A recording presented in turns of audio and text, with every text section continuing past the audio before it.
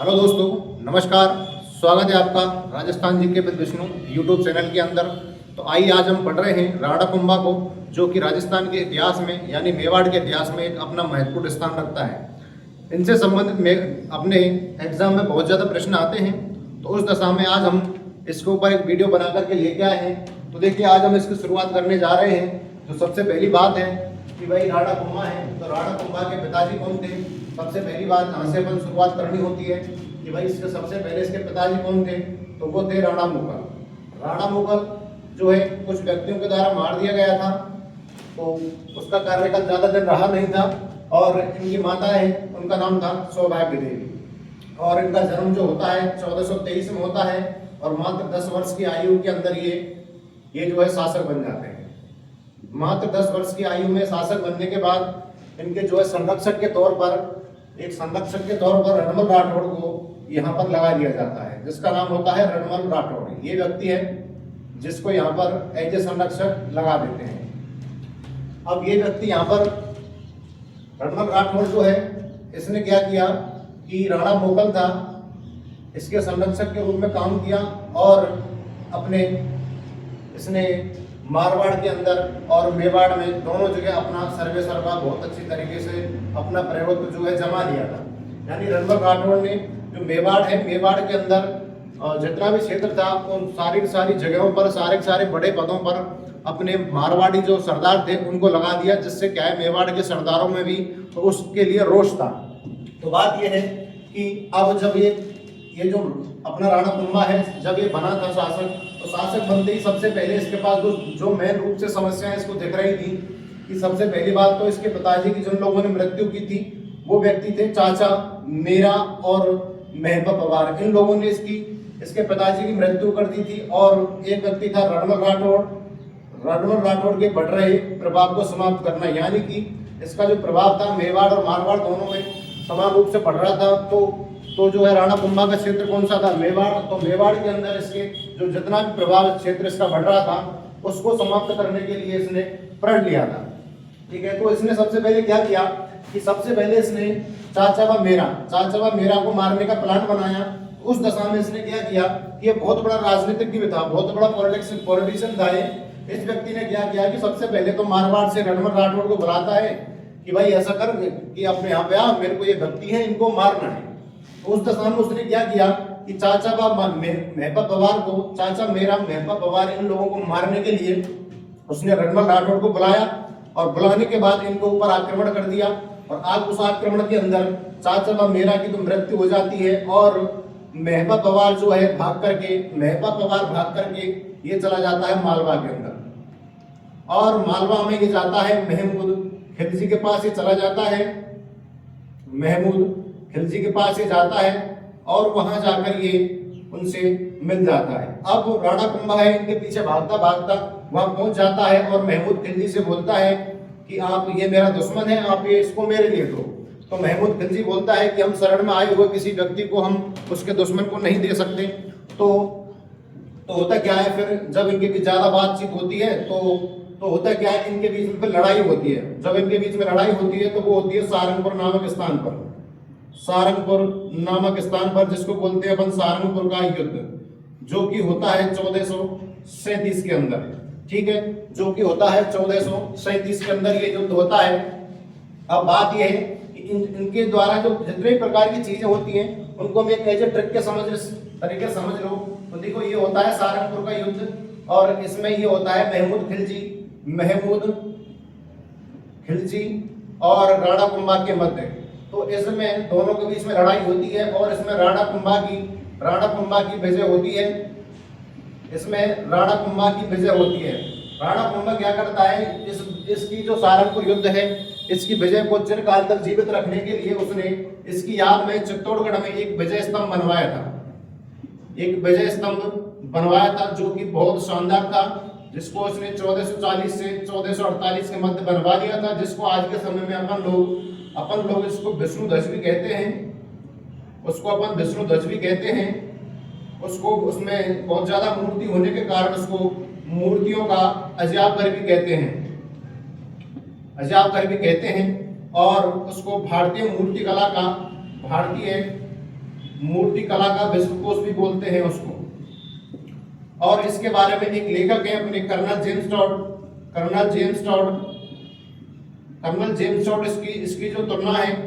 इसकी जो तुलना है ये बताते हैं कर्नल जेम्स टॉड की ये जो विष्णु स्तंभ है या कि विजय स्तंभ है ये है कुतुब मीनार के समान।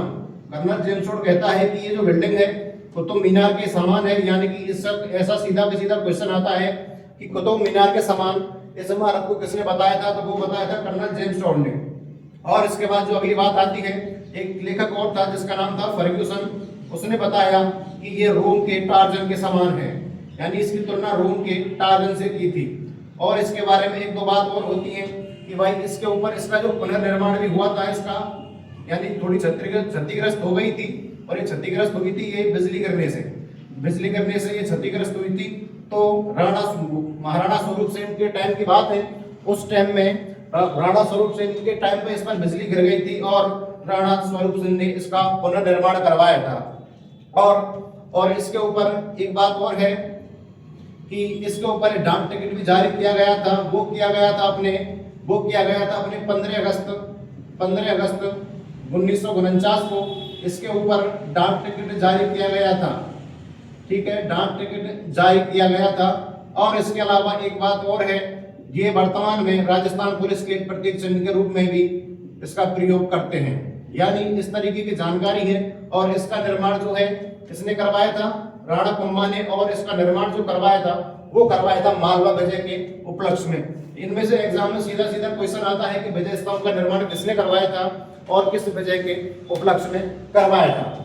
तो ठीक है, ये यहाँ तक की इससे बात हो जाती है। अब बात आती है कि भाई रणमल राठौड़, इनको तो मार दिया था, ठीक है, इनको तो मार देते हैं। अब बात आती है रणमल राठौड़, तो अब इनको मारने की प्लानिंग करते हैं रणमल राठौड़ को। राणा कुंभा ने क्या किया कि सबसे पहले तो रणमल राठौड़ है वो खुद जो है राणा कुंभा को मारना चाहता था। तो उसने क्या किया कि मारवाड़ की जो है एक वो जो मेवाड़ का शासक है राणा कुंभा की जो है अपनी एक दासी रानी थी भारमली, उससे प्लान करके ये सोचा कि ऐसा करते हैं, इसके थ्रू अपन उसको जहर दिलवा देते हैं। तो ऐसा करके रणमल राठौड़ ने प्लान कर दिया और भारमली ने ये राणा कुंभा को बात बता दी। और भारमली ने ऐसा इस जो काम कर रहे थे इसको मारने के लिए ये सारा की सारा प्रोसेस बिल्कुल उल्टा कर दिया। उसने क्या किया कि उसने शराब में जहर मिलाकर उल्टे रणमल राठौड़ को दे दी, जिससे उल्टा रणमल राठौड़ तो मर गया और राणा कुंभा जिंदा रह गया। तो बात ये यहाँ तक इस रणमल राठौड़ है ये वहां पर मर जाता है, और इसके मरने का जो समय बताते हैं वो है 1438 ईस्वी के अंदर ये मर जाता है। ठीक है, 1438 ईस्वी के अंदर ये मर जाता है। अब बात आती है कि भाई इनके बीच में और इसके अलावा क्या क्या होता है। तो देखिए, जो महमूद खिलजी है उनके बीच में सारंगपुर का ये युद्ध हो जाता है, जिसके उपलक्ष्य में विजय स्तंभ राणा कुंभा बनवाता है। उसके बाद महमूद खिलजी फिर भी नहीं मानता है, तो फिर दोबारा वो कुंभलगढ़ पर आक्रमण करता है, और जिसके अंदर भी राणा कुंभा की ही जीत होती है। और फिर आक्रमण करता है गागरोन के दुर्ग पर, और उस पर आक्रमण के बाद वो 3 बार इसके ऊपर आक्रमण करता है। 1444 में 2 बार करता है और 1456 में 2 बार करता है। और वो अजमेर पर भी आक्रमण करता है। तो उस टाइम जब ये आक्रमण किया था अजमेर में, उस टाइम यहाँ पर जो है इसका जो सरदार हुआ करता था जिसका नाम था गजाधर, वो इसका सरदार था। इसके ऊपर आक्रमण करते हैं, और जो महमूद खिलजी यहाँ पर कुछ समय के लिए शासन करता है, यानी मालवा के लोगों का यहाँ पर कुछ समय शासन हुआ था। ठीक है, मालवा के लोगों का यहाँ पर कुछ समय के लिए शासन हुआ था, है ना। यहाँ तक ये जो बात है ये कंप्लीट हो जाती है। और इनसे पहले भी अपन को एक बात जो अपन को ध्यान रख के चलनी है कि रणमल राठौड़ को जब मारा था तो देखिए उनसे पहले क्या हुआ था कि जब रणमल राठौड़ को मार दिया तो उनके बीच में क्या दुश्मनी हो गई थी आपस में, कि मेवाड़ और मारवाड़ के बीच में। तो हुआ क्या था कि हंसाबाई के सहयोग से एक महिला थी जिसका नाम था हंसाबाई। इस हंसाबाई के सहयोग से यहाँ पर जो एक संधि करवाई गई थी जिसको बोलते हैं अपन आवल बावन की संधि। तो ये हंसाबाई की मध्यस्थता से संधि होती है, और ये जो संधि होती है ये अपने रणमल राठौड़ के पुत्र थे। रणमल राव जो था, और रावजोधा और राणाकुंभा के मध्य ये संधि होती है। और इस संधि में प्रमुख रूप से जो बातें थी कि सबसे पहली बात तो ये थी कि हमारी तुम्हारी अब तक इतने दिनों से जो दुश्मनी चली आ रही है, सबसे पहली बात तो हम उसको खत्म करते हैं। और दूसरी बात है कि अपन अपने अपने क्षेत्रों की जो है सीमा निर्धारित करते हैं। तो सीमा निर्धारित में उन्होंने सबसे पहले जो मुख्य बिंदु माना था, सबसे पहले सीमा का वो माना था इन लोगों ने सोजत पाली। सोजत पाली ये मुख्य रूप से सीमा निर्धारण का मुख्य बिंदु माना था। और तीसरी बात जो आती है, जो रावजोधा था, रावजोधा इसने क्या किया, रावजोधा ने अपनी इनकी पुत्री थी श्रृंगार देवी, अपनी पुत्री थी श्रृंगार देवी, इसका विवाह राणाकुंभा के पुत्र राणाकुंभा के पुत्र था रायमल, उसके साथ इसकी शादी कर दी। ठीक है। और इसके बाद जो अगली बात आती है, ये तो इनकी जो है दुश्मनी यहाँ पर समाप्त हो जाती है, सीमा इनके बीच निर्धारित हो जाती है और श्रृंगार देवी की शादी कर देता है रायमल के साथ में। और जो चौथी बात आती है कि मारवाड़ का शासक रावजोधा को बना दिया जाता है। यानी इस तरीके की इनके बीच में बातें होती हैं आवल बाबर की संधि के अंदर। ठीक है, यहाँ तक की ये बात है, आवल बाबर संधि हो जाती है। अब मेन जो प्रमुख रूप से जो बात आती है वो बात ये है कि जो राणाकुंभा की जो लड़ाई थी वो तरीके से दो लोगों से ज्यादा थी, मारवाड़ वालों से और एक बाद में हो गई थी गुजरात वालों से। अब गुजरात वालों से होने के पीछे कारण ये था कि नागौर का शासक था, एक नागौर का शासक था। ठीक है, नागौर का शासक था फिरोज खां को जो गुजरात का शासक है वो क्या है, नागौर का शासक बनाता है। लेकिन बाद में राणाकुंभा ने अपने अधिकार क्षेत्र के अंदर इसको लेकर के फिर उसने क्या किया कि शम्स खां को नागौर का शासक बना देते हैं। जैसे इसका पता जो है कुतुबुद्दीन को लगता है, गुजरात के शासक थे वो कुतुबुद्दीन गुजरात के शासक थे। जैसे ही कुतुबुद्दीन को इस बात का पता लगता है कि राणाकुंभा ने जो नागौर का शासक है वो अपने हिसाब से बना दिया है और शम्स खां को बना दिया है, तो इस बात से नाराज होकर के उसने एक अलग तरीके से रणनीति बनाई। और वो रणनीति ऐसे बनाई कि अपन मालवा वाले और हम दोनों मिलकर के इनके ऊपर आक्रमण करेंगे, यानी कि अपन लोग जो है राणाकुंभा के ऊपर आक्रमण करेंगे। और उन्होंने विचार किया कि हम अपन एक संधि करते हैं। तो उन लोगों ने जो एक संधि की, जिसको बोलते हैं अपन चंपानेर की संधि। ये जो संधि होती है, ये संधि होने के बाद उन्होंने निर्धारित किया कि अपन मेवाड़ और मारवाड़ है, मेवाड़ और मारवाड़ इनमें से आधा हिस्सा बांट लेंगे और हम इसको आक्रमण करने के बाद, यानी हम इनको जब इसको मार देंगे राणाकुंभा को, तो अब हम मेवाड़ और मारवाड़ का आधा हिस्सा बांट लेंगे। ये उनकी प्रमुख रूप से बातें हुई थी। अब इस दशा में क्या होता है कि कुतुबुद्दीन जो गुजरात का शासक है, इस दशा में आगे जो है राणाकुंभा पर आक्रमण करता है। और जब राणाकुंभा का आक्रमण करता है तो वो करता है कुंभलगढ़ के दुर्ग पर वो आक्रमण करता है, लेकिन इसको बहुत बुरी तरीके से पराजित करता है और कुतुबुद्दीन जो है वापस डर के गुजरात की ओर भाग जाता है। ठीक है, वो गुजरात की ओर भाग जाता है। अब इसके बाद जो है फिर वो महमूद खिलजी है, जो मालवा का शासक है, महमूद खिलजी ये आक्रमण करता है। अब महमूद खिलजी जब आक्रमण करता है तो इनके बीच में आपस में बैराटगढ़ नामक स्थान पर युद्ध होता है, जिसको बोलते हैं अपन इतिहास में बैराटगढ़ का युद्ध, जो होता है 1457 में। ये इनके बीच में युद्ध होता है राणाकुंभा और महमूद खिलजी, इनके बीच में युद्ध होता है और उसमें राणाकुंभा की जीत होती है। खूब बढ़िया तरीके से युद्ध होता है और जिसके अंदर राणाकुंभा की जीत होती है। और राणाकुंभा इस जीत के उपलक्ष्य में बदनौर में ही, जहां पर ये युद्ध हुआ था, वहीं पर बदनौर में एक भव्य कोसाला माता का मंदिर बनवाते हैं, जिसकी याद में। ठीक है, यहाँ तक कि जो इनके द्वारा, अब देखो जितने भी प्रकार के राणाकुंभा के द्वारा युद्ध किए गए थे उनको हमने सारे के सारे जो है बिल्कुल एक ट्रिक के माध्यम से देख लिया था कि आज सारे कुंभी रोड पर आकर मेरों पर आक्रमण करेंगे। तो राणा कुंभा के टाइम पर जो प्रमुख रूप से जो चीजें हुई थी वो चीजें यही थी कि सबसे पहली बात तो उनके टाइम पर आवल बावल की संधि हुई थी और उन्होंने सहारनपुर का युद्ध भी लड़ा था, कुंभलगढ़ के दुर्ग भी युद्ध हुए थे, गागरों का भी युद्ध हुआ था, अजमेर पर भी आक्रमण हुए थे। यानी कि उनके टाइम पे जो भी हुआ था हमने बिल्कुल एक छोटी सी ट्रिक के माध्यम से सारा देख लिया है और उनके अंत समय में ये जो संधि भी हुई थी। अब बात आती है कि भाई राणा कुंभा है, तो राणा कुंभा है उसकी मृत्यु कैसे हुई, ठीक है, तो उसको देखते हैं अपन। राणा कुंभा की मृत्यु, राणा कुंभा की मृत्यु, तो देखिए जब राणा कुंभा की मृत्यु की बात आती है तो बहुत ही संदेशपद जो है चीज मिलती है अपन को। इसकी जो मृत्यु है, इसके ही पुत्र था एक जिसका नाम था उदा, जिसको अपन उदयकर्ण भी बोलते हैं, उसके द्वारा ही इसकी मृत्यु कर दी जाती है। होता ऐसा है कि ये अपने मृत्यु के अंतिम समय के अंदर इसको एक बीमारी हो गई थी जिसको बोलते हैं अपन उन्माद यानी मेंटली डिस्टर्ब। तो ये क्या कहीं जाता नहीं था, ये केवल कुंभलगढ़ दुर्ग के अंदर रहता था। तो उस कुंभलगढ़ दुर्ग में ये आराम से एक महादेव जलाशय था, महादेव जलाशय के पास से बैठा हुआ था और उदा ने जाकर के इसको जो है वहां पर धक्का दे दिया और ये मर गया था, ठीक है। और ये क्या है, मर गया था। और जब ये मरा था तो इसका टाइम था 1468 ईस्वी के अंदर ये व्यक्ति जो है मर गया था। इसलिए जो उदा है इसको इतिहास में अपन मेवाड़ का पितृहंता के नाम से जानते हैं, मेवाड़ का पितृहंता के नाम से जानते हैं।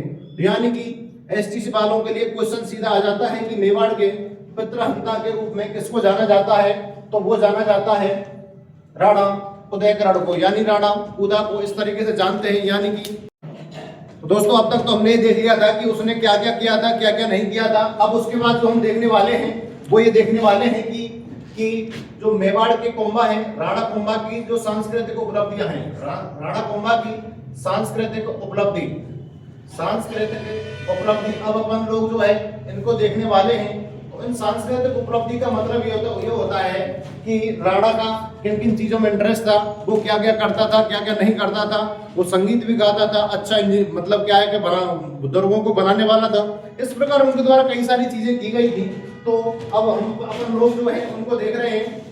तो सबसे पहली चीज आती है कि इनको जो है स्थापत्य कला का जनक बोलते हैं, इनको बोलते हैं स्थापत्य कला का जनक। और इनका जो समय है उसको बोलते हैं अपन स्थापत्य कला का स्वर्णकाल। अब इनको स्वर्णकाल क्यों बोलते हैं, क्योंकि एक लेखक हैं वो कहते हैं कि कवि राजा श्यामल दास हैं, वो बोलते हैं, कवि राजा श्यामल दास वो कहता है कि मेवाड़ के अंदर जो 84 प्रकार के जो दुर्ग हैं, मतलब यानी कि मेवाड़ में 84 में से 32 दुर्गों का निर्माण राणा कुंभा ने ही करवाया था। तो इस हिसाब से अपन लोग क्या है, इनका जो समय था उसको बोलते हैं स्वर्णकाल और इनको बोलते हैं अपन स्थापत्य कला का जनक। तो देखिए किए गए इनके द्वारा दुर्गों के निर्माण के संबंध में कई सारे जो दुर्ग हैं जिनका नाम है, जैसे बसंती दुर्ग है, ठीक है, और एक आता है मसान दुर्ग है और बसंती दुर्ग हो गया, बैराट दुर्ग है, एक दुर्ग है बैराटगढ़ दुर्ग और कुंभलगढ़ दुर्ग और एक दुर्ग और आता है जिसका नाम है अपने बसंती दुर्ग अपना हो जाता है, मसान हो जाता है, बैराट हो जाता है, अचलगढ़ हो जाता है और एक और अपना आता है अचलगढ़ दुर्ग जिसको बनाया जाता है बाड़मेर के अंदर परमाणु से सुरक्षा करने के लिए इस दुर्ग को बनाया जाता है। और बसंती दुर्ग जिसको सुरवई में बनाता है वो तो उसके दक्षिणी क्षेत्र से जो है अपने क्षेत्र की सुरक्षा करने के लिए इसको बनाता है। इस प्रकार यानी कि हर क्षेत्र में अपने जो क्षेत्र है उसकी सुरक्षा करने के लिए ये क्या है, राणा कुंभा है, अलग अलग जो है दुर्ग बनवाता है, ठीक है। तो देखिए जो सबसे प्रमुख रूप से जो इनके द्वारा बनवाया गया था वो था कुंभलगढ़ दुर्ग, जो वर्तमान में राजसमंद में स्थित है, वर्तमान में राजसमंद के अंदर ये स्थित है और अरावली की जरगा पहाड़ियों के मध्य में ये स्थित है। यानी ये जरगा पहाड़ियों के बीच में ये वर्तमान में स्थित है और इसके द्वारा इसका निर्माण करवाया गया था। और इसके जो निर्माण में मुख्य रूप से जो शिल्पी इसके निर्माण में जो मुख्य रूप से शिल्पी थे जिसका नाम आता है मंडन, ठीक है। और इसी कोटारगढ़ जो कुंभलगढ़ दुर्ग है इसके अंदर इनके द्वारा एक और दुर्ग का निर्माण भी करवाया गया था जिसका नाम आता है कटारगढ़ दुर्ग, जिसका नाम आता है कटारगढ़ दुर्ग, जो अपने इतिहास में बहुत अपना अलग महत्व रखता है। इसके बारे में अबुल फजल है एक लेखक है, अबुल फजल है एक लेखक, वो बोलते हैं कि ये दुर्ग इतनी ऊंचाई पर बना हुआ है कि अगर इसमें नीचे से ऊपर की ओर अपन देखते हैं तो अपन के सर की जो पगड़ी है वो गिर जाती है। और दोस्तों ये भी ध्यान रखना कि इसी दुर्ग में जो राणा प्रताप थे उनका जन्म हुआ था, राणा प्रताप थे उनका जन्म हुआ था। और इसी दुर्ग के अंदर जो पन्नादाय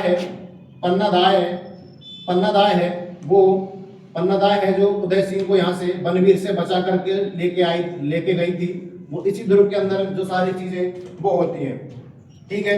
ये कुंभलगढ़ दुर्ग है। इसके अंदर ये भी ध्यान रखना कि इसका जो परकोटा है वो 32 किलोमीटर लंबा है, जो विश्व का सबसे लंबी दीवार है, जिसको बोलते हैं अपन ग्रेट वॉल ऑफ इंडिया, जिसको बोलते हैं अपन ग्रेट वॉल ऑफ इंडिया। यानी ये वर्तमान में जो है ऐसे समझो बहुत ही यूनिक चीजों में से है। और ये जो 32 किलोमीटर की है और इसके अंदर जो 4 घुड़सवार एक साथ में चल सकते हैं, 4 घुड़सवार एक साथ में इसके ऊपर चल सकते हैं। यानी कि जो दुर्ग बनवाया था बहुत ही सुंदर और बहुत ही शानदार ये जो है दुर्ग बनवाया था, ठीक है। अब इसके बाद जो अगली बात अपन करते हैं राणा कुंभा के द्वारा, ये तो इस प्रकार से दुर्ग बनवाए गए थे। और इसके द्वारा एक चीज और बनवाई गई थी जिसका नाम आता है विजय स्तंभ, जिसका नाम आता है विजय स्तंभ। ये इसका भी निर्माण करवाया गया था। और इसका निर्माण जो करवाया था इन्होंने ये मैंने आपको अभी थोड़ी देर पहले बताया था कि इसका मालवा विजय के उपलक्ष्य में इसका निर्माण करवाया गया था। और इसके द्वारा कीर्ति स्तंभ का भी निर्माण करवाया गया था। इसके द्वारा कीर्ति स्तंभ का भी निर्माण करवाया गया था, जिसके जो शिल्पी हैं वर्तमान में वो थे इसके शिल्पी थे जीजा, ठीक है। ये जो इसके वर्तमान में जो इसका निर्माण था, इसका निर्माण करवाया था जीजा ने। और इसके जो शिल्पी थे वो थे अत्रि और महेश भट्टी। ये क्या है इसके शिल्पी थे। और जो प्रमुख रूप से ध्यान रखने वाली बात है कि आखिर विजय स्तंभ क्या है और कीर्ति स्तंभ क्या है, तो देखिए ये जो विजय स्तंभ है ये तो भगवान विष्णु को समर्पित है। और जो कीर्ति स्तंभ है ये जैन तीर्थकर थे आदिनाथ, ये उनको समर्पित है। यानी कि इन दोनों में अंतर प्रमुख रूप से ध्यान रखना। और इस कीर्ति स्तंभ के ऊपर कीर्ति प्रशस्ति लगी हुई है, उसको भी ध्यान रखना, ठीक है। और इनके द्वारा किए गए निर्माणों में प्रमुख रूप से जो मंदिर बनवाए थे इनके द्वारा, तो मंदिर सबसे पहली बात इनके द्वारा कौन कौन से मंदिर बनवाए थे, तो सबसे पहली बात तो ये आ जाती है कि बदनौर के अंदर इनके द्वारा कोसाला मंदिर का निर्माण करवाया गया, ठीक है। और इनके द्वारा तुलजा भवानी मंदिर, और इनके द्वारा जो है अपने समधिदेश्वर मंदिर, इसका भी निर्माण करवाया गया था। और इसके द्वारा जो है कुंभा स्वामी मंदिर का भी निर्माण करवाया गया था। इनके द्वारा कुंभा स्वामी मंदिर का भी निर्माण करवाया गया था। यानी इनके द्वारा कई सारे मंदिर हैं जिनका निर्माण करवाया गया था। और इसके द्वारा पाली में रणकपुर के जो है रणकपुर जैन मंदिर है, इसका निर्माण भी इनके द्वारा करवाया गया था। यानी ये जो मंदिर था ये जैन धर्म को समर्पित मंदिर था, जैन धर्म को समर्पित था ये मंदिर। इसका जो निर्माण था वो करवाया था सेठ धरण शाह के द्वारा इसका निर्माण करवाया गया था। और इसके अगर जो शिल्पी की बात करें, इसका शिल्पी कौन था, ठीक है, तो अपन इसके जो शिल्पी का नाम है इसका नाम था मंडन, यानी इनके द्वारा इसका निर्माण करवाया गया था।